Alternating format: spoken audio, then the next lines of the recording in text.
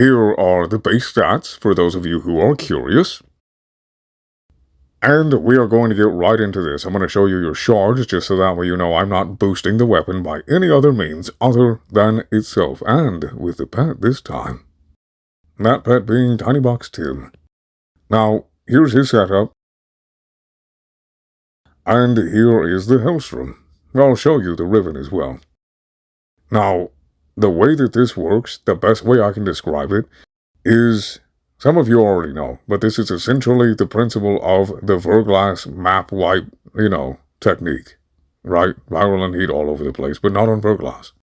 Duplex Bond, Contagious Bond, and Monumentous Bond are all the main mods that you need to get the most out of this, because we also do want to have the pet be, utilitarian, being a primer.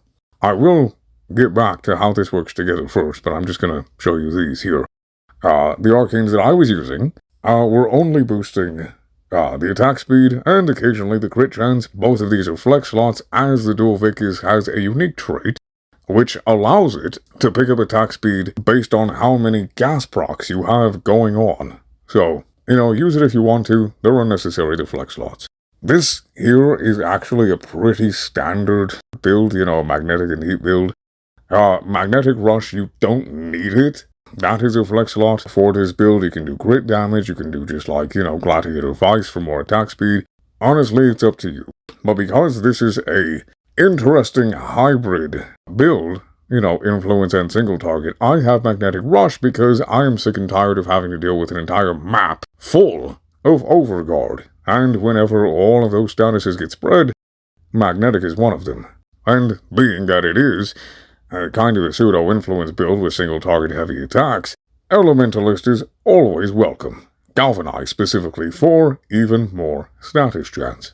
And of course, melee exposure, which I moved the cursor over, but I didn't talk about it yet. That is for corrosive, to really help for the single-target guys that you have to take down.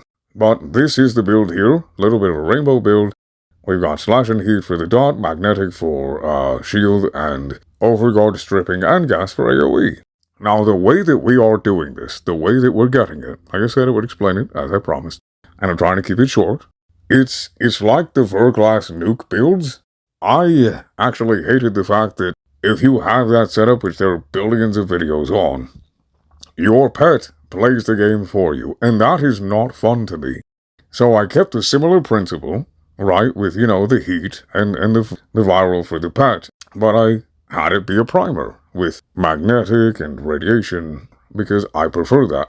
And that actually does help with this build, because it has heat, the Duel Viciss has heat, and we have a heavier weighting for the heat, which is very important for this. That's why we have Molten Impact and not a 60-60. I don't entirely know how this works, but as you're going to see here, another demonstration. It works off of Heat Inherit. So, he blasts somebody with fire, I have fire on my thing, and it gets proc the most, and then bam. After, a certain amount of kills, it just takes off, right? But you're the one triggering the pseudo-influence effect. So you're more actively playing the game. Now, Heat Inherit. Tiny Box Tim is blasting away, yeah? And then we are adding our heat to that. Now, I don't know if it's like it counts as his kills or assists or whatever, but because you have heat, and as long as you put heat after he did, then on certain kills, it will trigger the Contagious Bond because of you specifically killing that enemy while it has both of your heat procs. Thus, spreading it to everybody in the vicinity and cascading along everybody that gets taken down by it. Along with taking the radiation, the magnetic, the gas, whatever else you have on there, the viral. So you can build for single target, and also have, in some cases, certain scenarios, combat situations, better influence via your pet. And it's not locked to the Duel Viciss, mind you. It is for any and every good melee weapon that you can put heat on. And this is the way that I prefer to do that, for a glass nuke build. I am an active player. I've always been and I always will be an active player. I don't want any mechanic playing the game for me. That's how it works. So like I said, you can do this on any melee weapon. I just love the Duel Viciss, and it comes with innate gas, which really benefits from this substantially, because it also throws its gas into all of that mix. So I hope you guys can have more fun with this information, start playing around with your own specific favorite melee weapons, and seeing how this works. I hope you guys have a good day, a good night, and may RNG be in your favor.